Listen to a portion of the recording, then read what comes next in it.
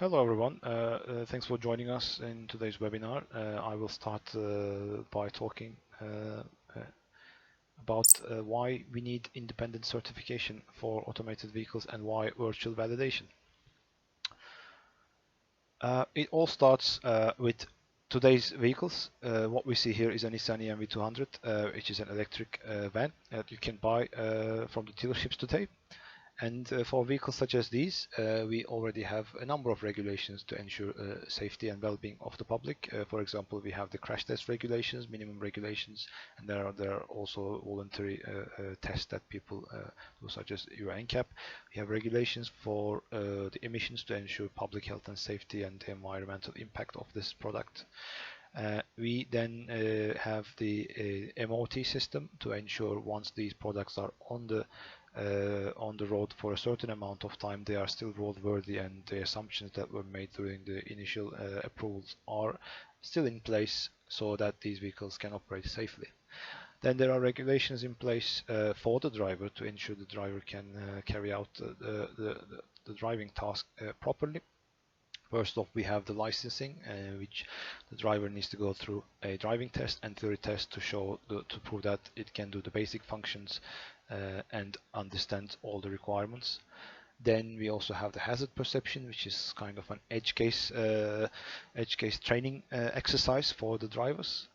And finally, we also have a system in place, enforcement and penalties to ensure the drivers who are not behaving properly, maybe they pass the test early on, can be taken out of the road if they continuously behave in an unacceptable behavior. So what we're trying to do now, we are trying to change this regular vehicle into an automated vehicle. So we're basically trying to replace this gentleman with what? We're trying to replace this gentleman with other onboard systems. What are those systems? Basically, these are systems such as the cameras on board of the vehicle, which sees the world around it, and then we have a LiDAR system, very common. We also have the radar system, commonly available on vehicles today. And all these systems come together and replace the sensory inputs of a human being, which are fed normally to our brain, but in this case it is fed perhaps to the brain of the vehicle, which is the hardware and the software and all the algorithms that are kept within, which then makes the necessary decisions to drive the vehicle. So when we change Mr. John Smith here with those systems, the question then is, how are we replacing all the systems in place to make sure John Smith was a safe driver? And who's gonna check that? We need to have a mechanism in place to ensure these systems can behave in all sorts of conditions in real-world environments. Now we expect these tests to start in a closed environment for the basic functions and then come into real-world test beds such as a smart mobility living lab, as you can see here, a digital twin of it. In fact, you can see our new offices in the corner there. I suggest you visit our website and you can see pictures of the facilities we're building there. But the thing is, yes, these vehicles will need to be tested in these physical environments, but also there is a huge benefit in testing them in virtual environment, in matching digital twins such as these ones, because this is a dynamic world, and it is often quoted that to fully validate an autonomous vehicle, a fully automated vehicle, you need to test it and drive it for billions and billions of miles, and often these numbers are quoted based on the likelihood of experiencing edge cases. What are edge cases?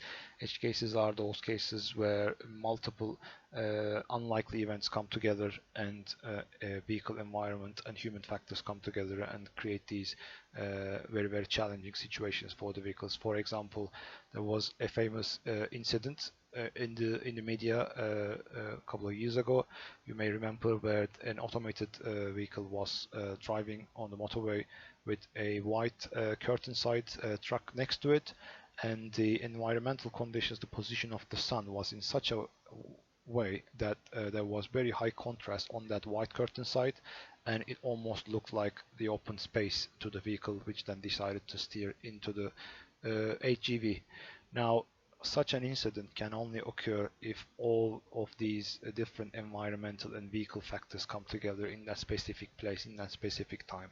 So it's very, very important to understand which are those cases where create a challenging situation for us. And as I said, this is a dynamic world.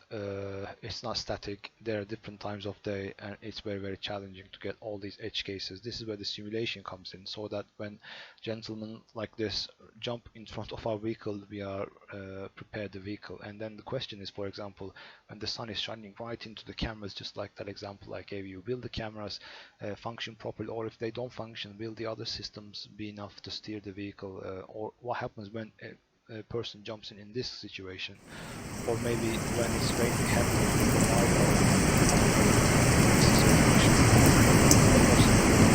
there is heavy snow, there is a snowstorm already. So these are the different situations we need to prepare the vehicle for. Preparing for all these edge cases is very, very difficult and not feasible. This is why we need to match physical testing with virtual testing, so that we can prepare the vehicle and test the vehicle against all these challenging edge cases. And how are we going to do that? In Streetwise project, we try to answer different parts of this question. First, we looked at scenarios. Okay, we need to prepare this vehicle for different edge cases, but which scenarios should those be, and where should they come from? Once we decided on the scenarios, then the next question is, how are we going to simulate these scenarios? How are we going to bring real world scenarios into a simulation environment? And then finally, if we manage to, once we manage to do all these different types of simulations, we will end up with lots of different results. And how are we going to use these results? How are we going to interpret results? What will be the definition of an acceptable performance or improvement required? And these are the main three questions we will be trying to answer and explore a little bit more today.